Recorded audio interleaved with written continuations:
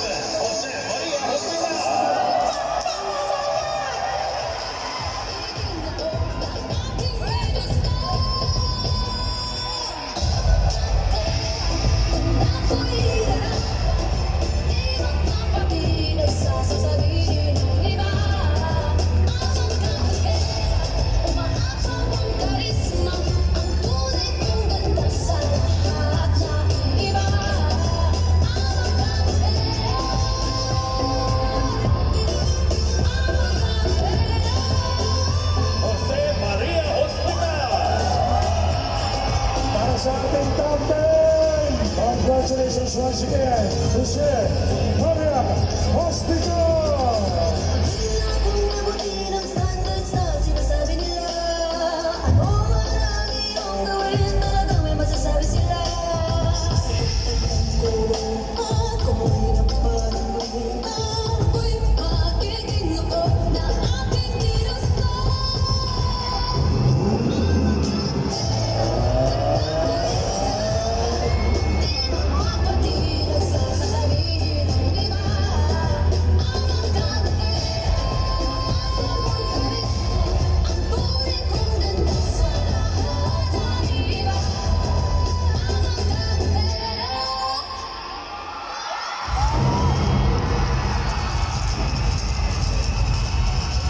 Please welcome on the stage, Jose Maria Hospital!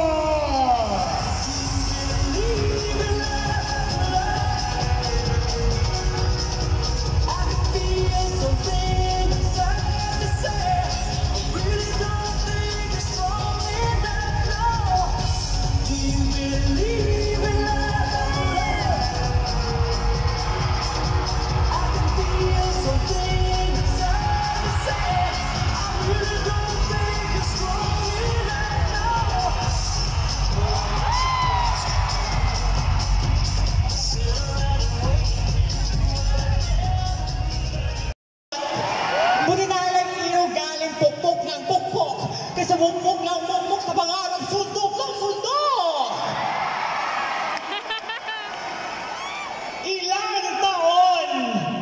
Ilang taon kong hinintay ang moment na to na makapag-share sa napakaraming tao at na-realize ko, hindi pala lahat ng bagay na gusto mo, binibigay sa tamang oras at panahon na iniisip mo. Bakit? Yes!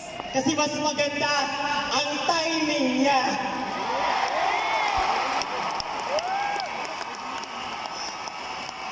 Kaya, kung hindi pa binibigay ngayon ang hinihiling mo, tuks, tuks, tuks, tuks.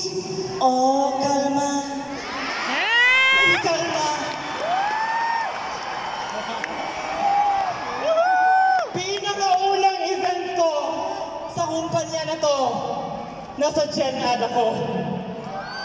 Until nasa lower box, upper box, top 20, at ngayon, andito na ako sa stage ng Mall of Expo!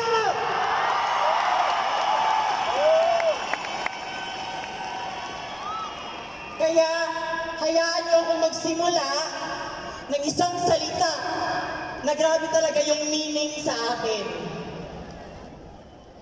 Hope. Hindi po yan sigarilyo. Hindi din yan section mo. Oo, nung elementary ka pa. Or palayaw nila isa soberano.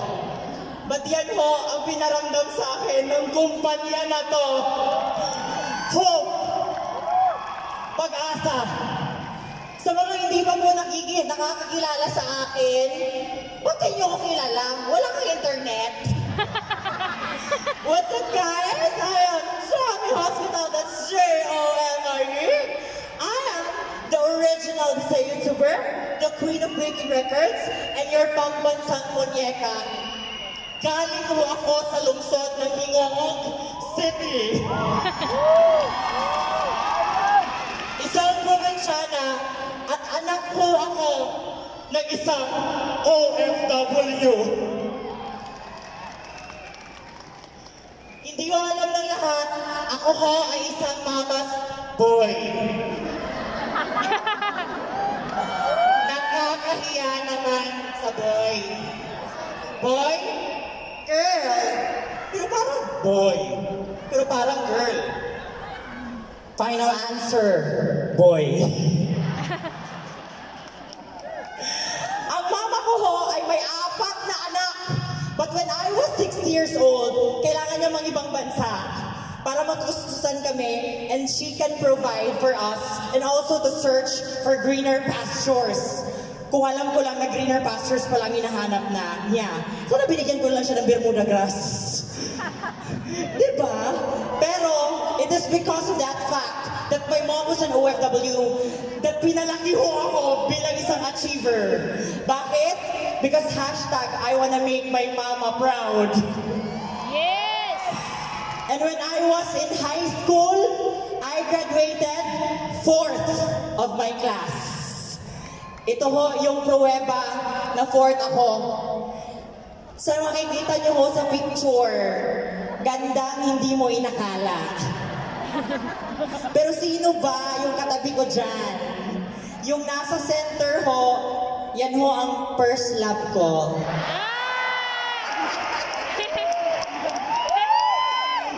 Yung katabi naman niya, yan ho ang best friend ko. Good news, pareho ho kami ng crush.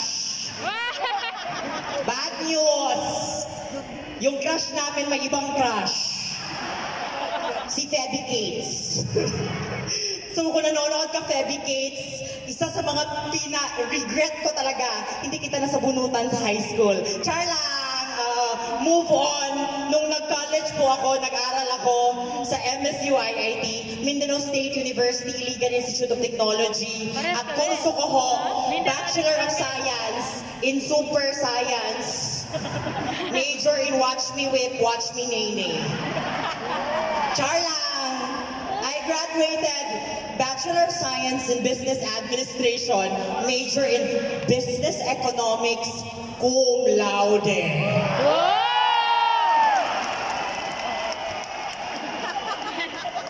Naging cum laude ako sa paniniwala na kung mag-a-apply man ako sa isang trabaho, naniniwala ako, di ba ang pipiliin talaga nila yung mga cum laude, tama ba?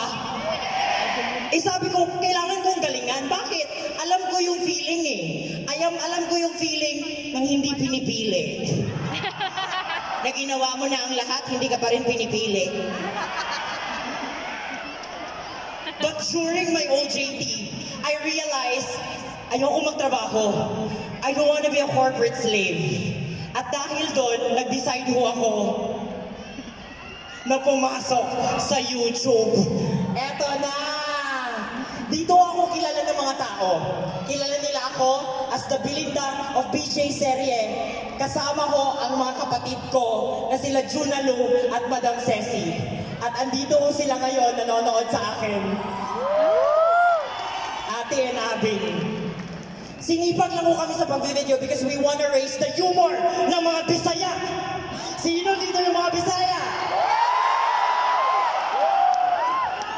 And I'm so proud that after 6 years of doing YouTube, I am the only Bisaya YouTuber with 100 million views and counting.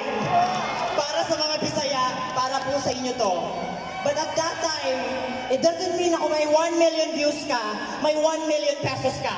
I had a blueprint kung paano ako sisikat, pero wala ko akong blueprint kung paano ako yayaman. Nabago ko ang lahat when I met this angel year 2019. Siya ho ang nag-introduce sa akin sa negosyo. Wala ho akong idea. First business ko po ito. I only have 12 pesos in my bank account at that time. Pero sabi ko sa sarili ko, Jomi, wala ka namang pera, wala ka pang paraan. Ano na lang magiging buhay mo niyan?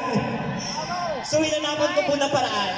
In 1 week, nag-join ho talaga ako agad-agad. And the rest is history. Dito, sa journey ko sa network marketing, ang dami kong natutunan. Dito ako naka-experience, nadadaan ka, tapos sisigawan ka ng power! Hindi naman ako switch. Tapos mag-offer ka, magpapakapi ka, hindi mag-join. Sabi nila, gusto ko mag-join. Tapos last minute, hindi tutuloy. So nag-expect ka.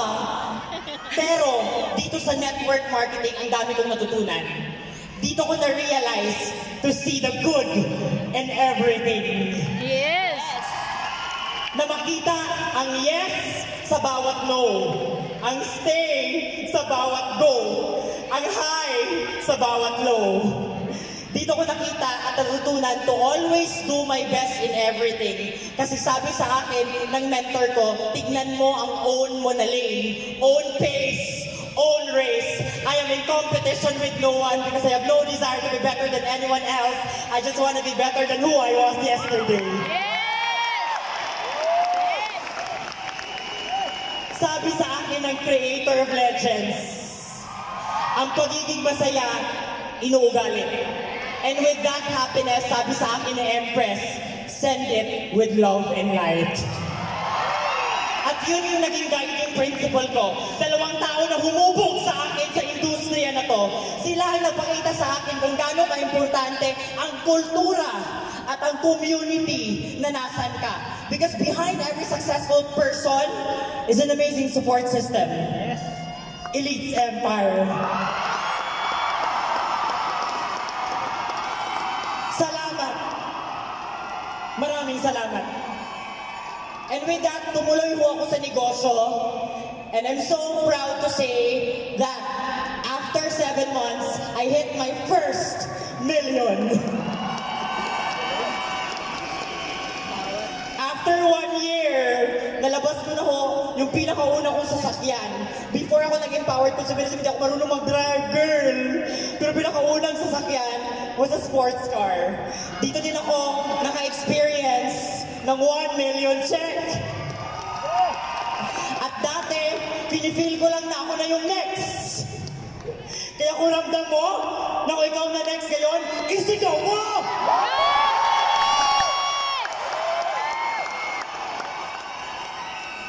Dati nung bata ako, wala ko talaga akong laruan. But because of this company, I'm able to heal, grabe, my inner child. Because right now, I have a Funko collection worth 2 million pesos. And it is so important to me. Dito din ako naka-experience na mag-1 million sa isang buwan. Grabe, tumakabago yung kumpanya na to. And we rise by lifting others because as of the moment, we have a total na of 126 millionaires and counting! Kaya maraming salamat, Empowered Consumerism. Gusto kong tapusin ito with gratitude sa mga tao na nagtulong talaga sa akin. It takes a village to raise a queen. I want to first thank all of the top leaders na nauna sa akin, na nag-inspire talaga sa akin kung bakit ako andito. Maraming salamat, EFG. Kasi kayo yung nagturo sa akin paano maging leader. Sa lahat ng mga Hall of Famers, Up Mylene, Up Carlo, Up Zaro, Up Janvi, maraming salamat po sa inyo. Up Albert Jasma, nung una ka na nag-share sa Metamorphosis, nakita ko na kaya ko din. Up Joseph Lim, nung nag-message ka sa akin, that Jomi, I believe in you. Naniwala ako na kaya ko maging top LGBT na distributor dito. And of course, to our board of directors and the management, palakpakan ho natin silang lahat.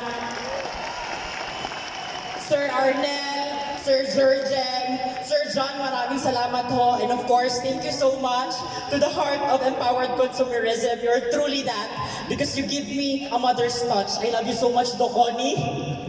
Doc Ed Cabantog, you are truly a visionary. Naniniwala ako sa vision mo. Kami naniniwala kaming lahat. Kung saan ka man pupunta, Doc, susunod kami. Mahal na mahal ka namin. Gusto ko magpasalamat sa dalawang tao na to. Thank you so much, Empress of Louie. Empress, pagturo sa akin paano mahalin ang sarili ko. Lahat ng alam ko sa negosyo, ikaw nagturo sa akin. Up Louie Gascon, nasabi niya lang sa akin, be authentic, just be who you are because you will inspire a lot of people and just becoming who you are. And maraming salamat din sa Elites Empire. To my dream squad, habang buhay ko kayo gusto na kasama, babaguhin natin ang mundo, one inspiring story at a time. Thank you din sa pamilya ko, the hospitals. To my momshies, Maven, Madam, also to Master, maraming salamat sa inyo kasi binago nyo talaga yung buhay ko. And lastly, alam ko nanonood siya ngayon. Mama, I am here! This year, see you sa New York! And lastly, message ko sa lahat ng mga nanonood ngayon, I was once like you. Just do your best in every step of the way because it will be given to you at the right time. Hindi importante kung ano mang nangyari sa'yo. Bakit? Because your past is just a reference. It's not your residence. Because your residence is your address, Lionsad. And your address is where you live. And where you live is you live happily ever after. So if it's not yet happy, it's not yet the end. And if you feel that your life is sinking, group yourselves into four. Because at the end of the day is the letter Y. And after you live, you die. And your relatives will cry. But before you say goodbye, do your best despite the cry. Because the price is the lagay. Lagay na makamahay. Lagay na malamiay. Lagay ng iyong buhay. Buhay na hayahay na sa kumpanya na to, sa iyo maibibigay. Munang way mahayay, gumbalambay. Kung sa English pa, sabay-sabay tayo, no regrets.